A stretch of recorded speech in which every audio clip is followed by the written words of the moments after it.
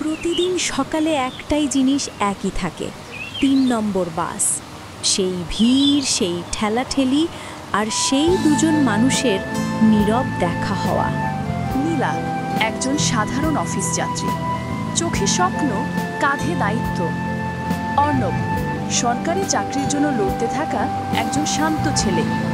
তারা কেউ কোনোদিন কথা বলেনি, তবু প্রতিদিন দেখা হয়ে যেত সেই ৩ নম্বর বাসে। একদিন হঠাৎ বাসের ঝাঁকুনিতে নীলা পড়ে যাচ্ছিল। অর্ণব হাত বাড়িয়ে ধরে ফেলে, চোখে চোখ পড়ে, আর যেন নতুন এক অনুভব জন্ম নেয়। সেই মুহূর্তে প্রথম কথা, সাবধানে ওঠেন, এই বাসটা যুদ্ধক্ষেত্র।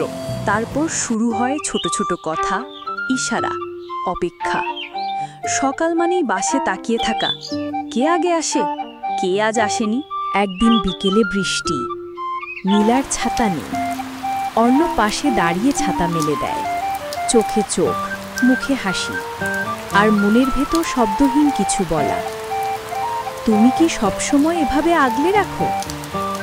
অর্ণবের উত্তর, সবসময় না, শুধু তাদের জন্য যারা অজান্তেই মনের মধ্যে জায়গা করে নেয়। কিন্তু সব গল্প একরকম হয় না। অর্ণব হঠাৎ আর আসে না। ৩ নম্বর বাসে এখন নীলা একাই চড়ে, চোখ খুঁজে বেড়ায়, কিন্তু দেখা মেলে না।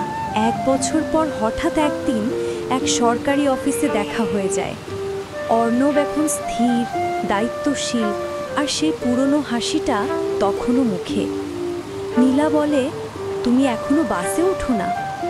অর্ণব হেসে উত্তর দেয়, আমি যেখানেই থাকি তুমি ঠিক পৌঁছে যাও আমার মনে। বাস চলে, শহর বদলায়, জীবনও, কিন্তু কিছু ভালোবাসা থেকে যায়। একটা ৩ নম্বর বাসের মতো, প্রতিদিন ঠিক সময় এসে মনে করিয়ে দেয় তুমি কারো জীবনে ঠিক সময়ই এসেছিলে।